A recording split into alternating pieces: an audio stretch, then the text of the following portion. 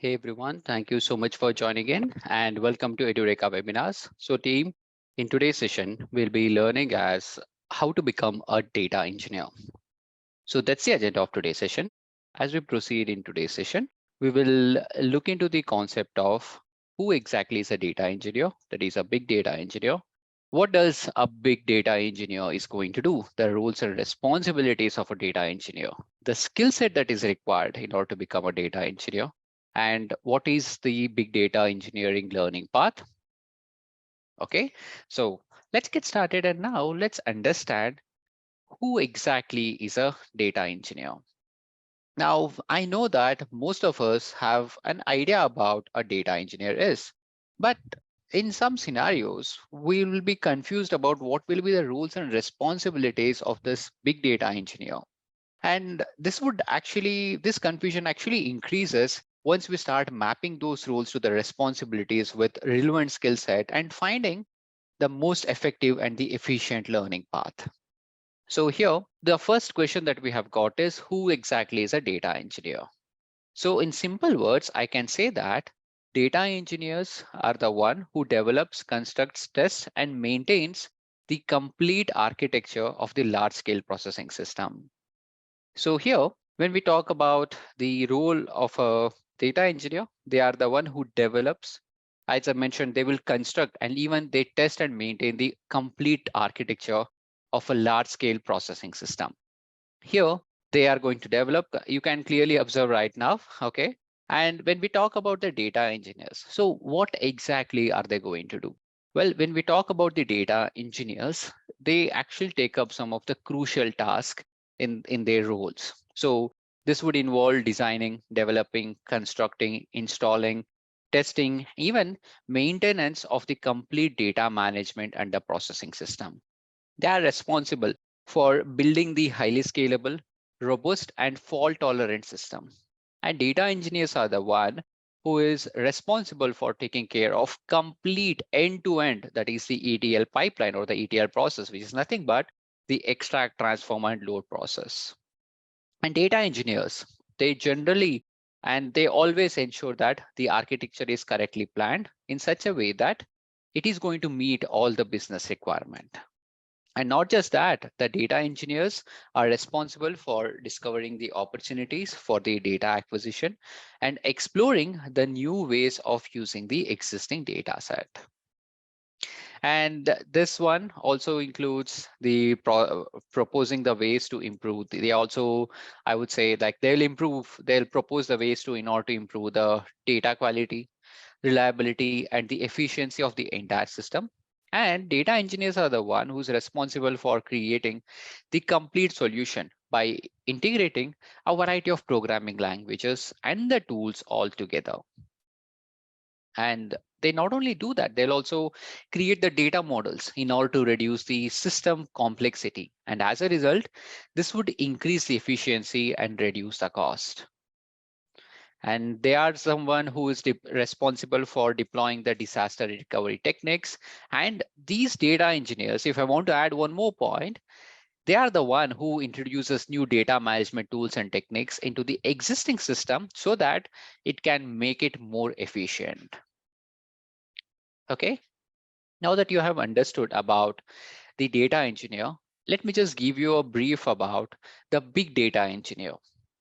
So here, when we talk about the big data engineer, so first of all, let me just highlight the difference between data engineer and a big data engineer. So as you know, we are currently in the age of, I would say, data revolution. Now here, data is actually the fuel of the current century that we have got. Even the chat GPT has been trained on huge volumes of the data set, and that's the reason it is able to answer almost all the queries. So data is the fuel for any application. And there are various data sources that are available. Various technologies have coming to picture right now, I would say in the last few years itself. And here I can say that the major ones are NoSQL database and the big data framework.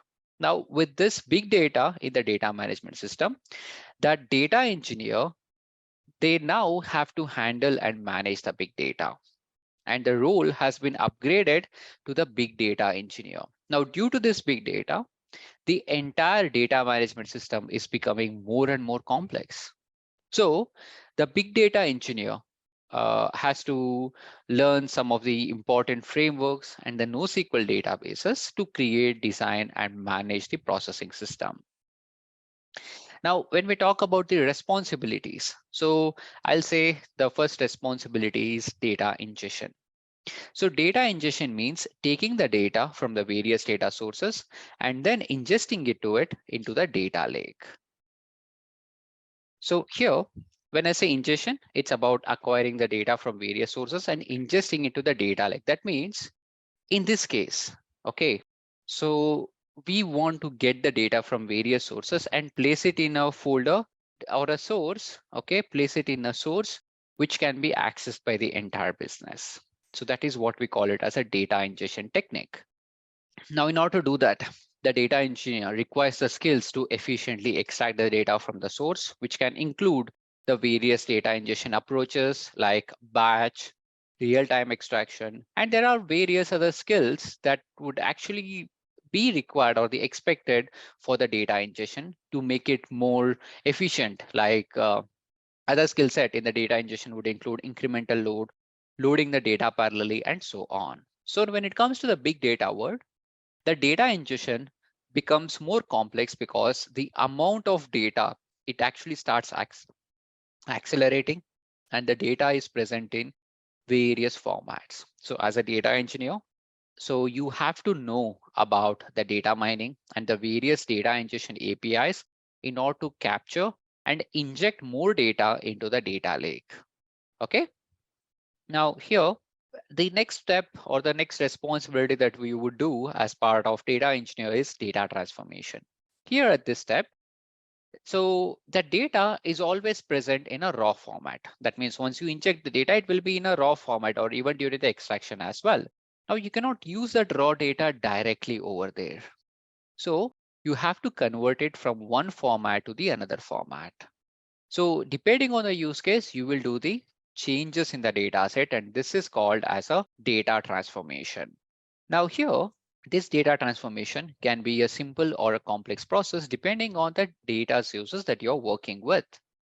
Or it could be the data formats and the required output. So as a result of this, you would include various tools and custom scripts in various languages, depending on the complexity and the structure and format and the volume of the data set. And the other thing that you will do is the performance optimization. So here, as a data engineer, you're responsible for building a system which is both scalable and an efficient one. Okay, it's scalable and an efficient one. And then, okay, as a data engineer, you need to understand as how to improve the performance of the individual data pipeline, and as a result, optimize the overall system. Now, again, in this case, when I'm dealing with a big data platform, the performance becomes a major factor. The big data engineer, you have to ensure that the complete process from the query execution to visualizing the data through the report and the interactive dashboards should be optimized.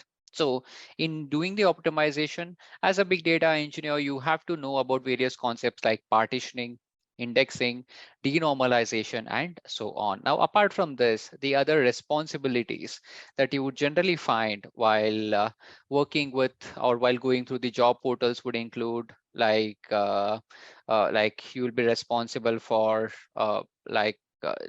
you'll be responsible for, I would say, creation or building the data pipeline. That's a common responsibility which will be mentioned in various job portal.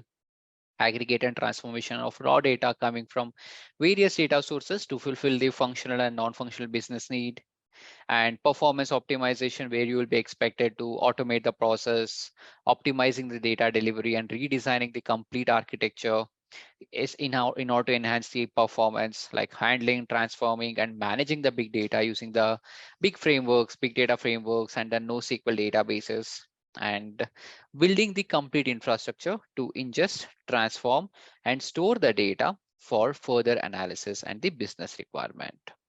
Okay, so those are the common roles and responsibilities that is expected by a big data engineer. Now, in order to fulfill those roles and responsibilities in an effective manner, you need to be aware of the important skills. So let's have a look into the big data engineer skills. So here, when we talk about the big data engineer skills, so first and foremost, you need to be aware of the big data frameworks and the Hadoop-based technologies. So with the rise of big data in early 21st century that we see right now, like in this case, okay, so a new framework has actually born. So that is actually the Hadoop framework. Now, with this framework, not only we are able to store the big data in a distributed manner, but also we can process these data set in a parallel manner. Now, there are various tools that we have got in the Hadoop ecosystem, which caters the various purpose depending on the people from various background. We have got MapReduce, we've got Hive and Drill, we've got Mahot and Spark ML. So we have got Pig, we have got HBase. If I think about it, we've got something called as Apache Spark, Yarn, HDFS. So these are the various tools that you need to master. So if I talk about one by one, okay, so here, yeah, I think this slide talks about the various skills or the frameworks that you need to be mastering. So one is HDFS, as you can see over here.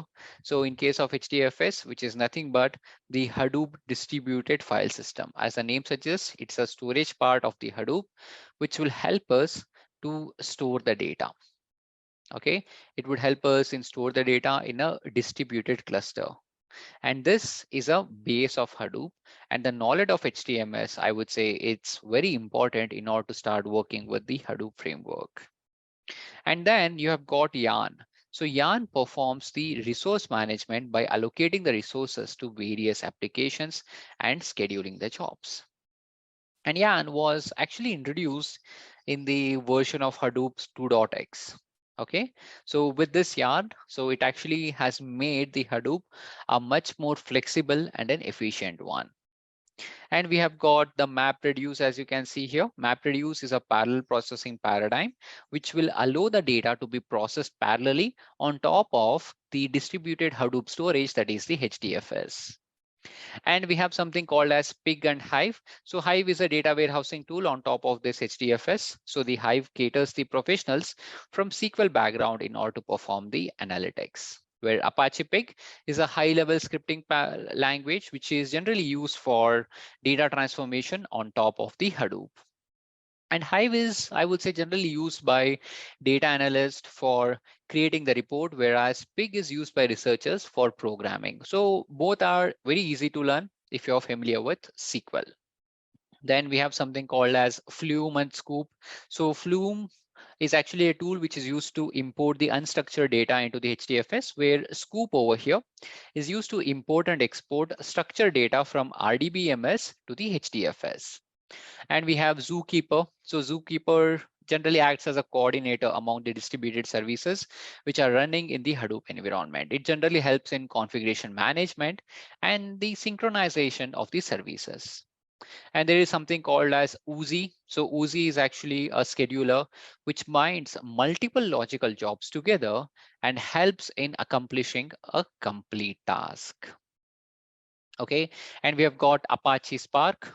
So here the real-time processing, it's a real-time processing framework. So which has got the quick actions. Okay, and so here this Apache Spark, if you talk about it, it's a real-time processing framework, whether it's a credit card, fraud detection system that you're trying to build, or if it's a recommendation system that you're trying to build, each and every one of those applications requires a real-time processing. So as a data engineer, it is very important that you have a knowledge of real-time processing framework, and that is where the Apache Spark comes into picture. This Apache Spark is a distributed real-time processing framework. Now, this can be easily integrated with Hadoop, leveraging the Hadoop distributed file system. And that's one of the key benefit of this Apache Spark. And you need to be aware of the database architectures. So one of the prominent data sources are obviously the databases. So as an engineer, that is data engineer, you need to have a critical understanding about the database design, database architecture like 1 tier, 2 tier, 3 tier, and n tier. Along with that, it is important that you have a knowledge about the data models and the data schema, so which are the key skills for any data engineer. And the knowledge of SQL-based technologies like the MySQL. So like the knowledge of SQL technologies like MySQL. So that is also very important, I would say, like which is like structured query language, which we generally use it to structure and manipulate and manage the data stored in the databases. So as a data engineer, you work closely with the relational databases. So you need to have a strong command on SQL, and PL SQL is also prominently used in some industries. So it also provides the procedural programming features on top of the SQL. And not just that, you also need to know about the NoSQL technologies like Cassandra, MongoDB, Apache HBase. So as a requirement of organization has grown beyond the storage data, so that is where the NoSQL database came into picture. It can help us to store the large volumes of structured, semi-structured, and even the unstructured data with quick iteration and agile structure as per the application requirement. So the commonly used databases are HBase, which is a column-oriented database, which is a NoSQL database, which is on top of the HDFS, which is good for scalable and distributed big data store. And this is generally good for applications with optimized read and range based scan. So this generally provides CP, that is consistency and partitioning, out of CAP. And talking about Cassandra over here, it's a highly scalable database with incremental scalability. Now, one of the best part about this Cassandra is its minimal administration and no single point of failure. Now, this Cassandra, I would say it's really good for application with fast and random read and writes. So it provides the AP, that is availability and partitioning out of the CAP. And MongoDB, it's a document oriented NoSQL database, which is a schema free. That means your schema can actually evolve as your application grows. So this also gives us the full index support for high performance and replication for fault tolerance. It has got a massive slave architecture and provides CP out of CAP. And this is rigorously used by, especially by the web application and the semi-structured data handling. Now, apart from that, you need to be aware of the programming languages. Like there are programming languages which are available for us. So knowledge of at least one programming language is mandatory. Okay. If you're a beginner in programming, then you can go ahead with Python programming language because it's easier to learn because of its easy syntax and good community support. Now, when we talk about R programming language, it has got a steep learning curve, which is developed by statisticians. And generally, this R programming language is used mostly by analysts and the data scientist. Now, apart from that, yes, you need to be aware of the ETL and data warehousing solutions. Now, this would include Talent, ClickQ, Microsoft SQL Server, and so on. So these data warehousing, I can say it's very important, especially when it comes to managing the huge amount of data, which is coming in from various heterogeneous data sources where you have to apply the ETL, that is extract, transform, load. So this data warehouse is generally used for data analytics and the reporting purpose. And I would say this data warehouse is one of the crucial part of business intelligence.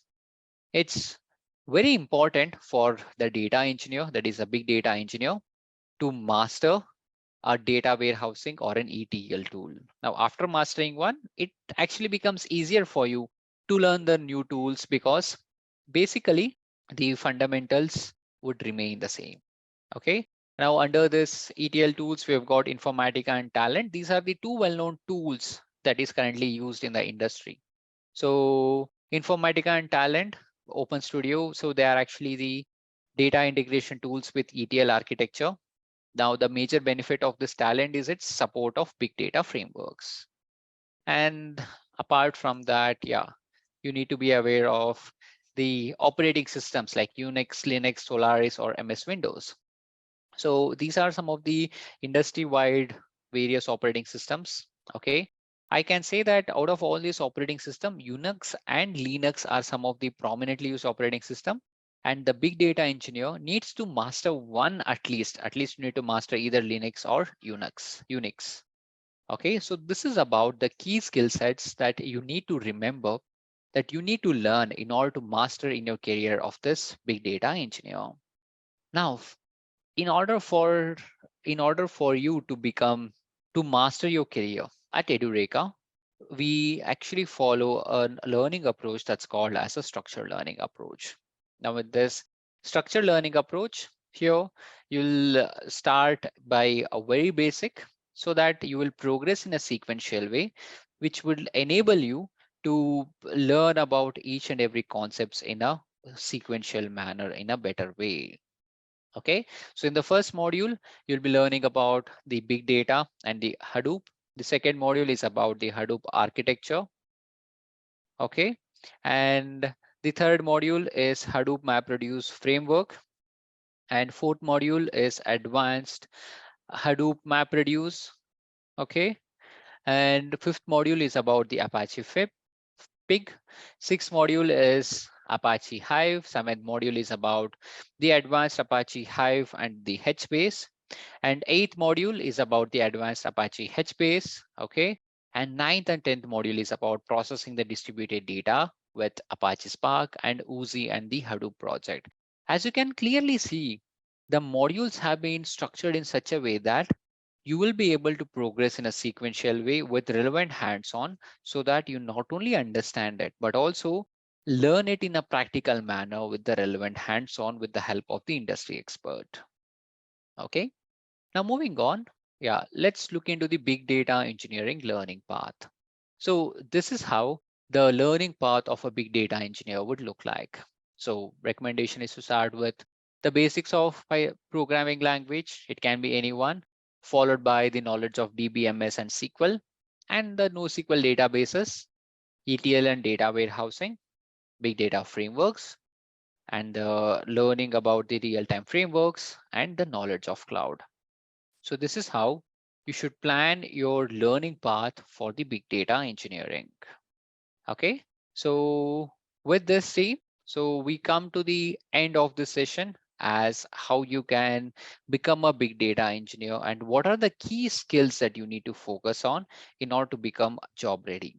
Do check out the course by Edureka. Thanks a lot, everyone.